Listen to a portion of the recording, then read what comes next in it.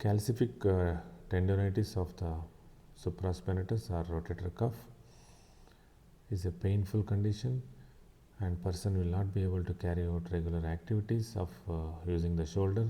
You can see white colored paste kind of material, that is the calcific deposits, usually deposited over the anterior part of the insertion of supraspinatus.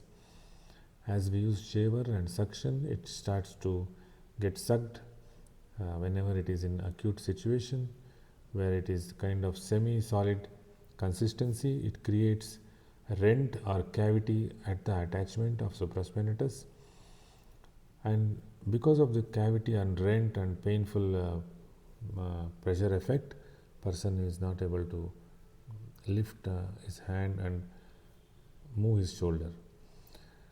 When we check the articular side, you can see that there is a tear over the anterior part, and then when we clear it, and then we are now fixing it with the medial row anchor and then lateral row.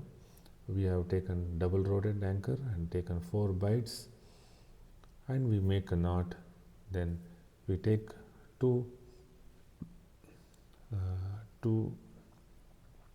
threads, 2 pairs after the knot, and then we fix it with the distal lateral row anchor.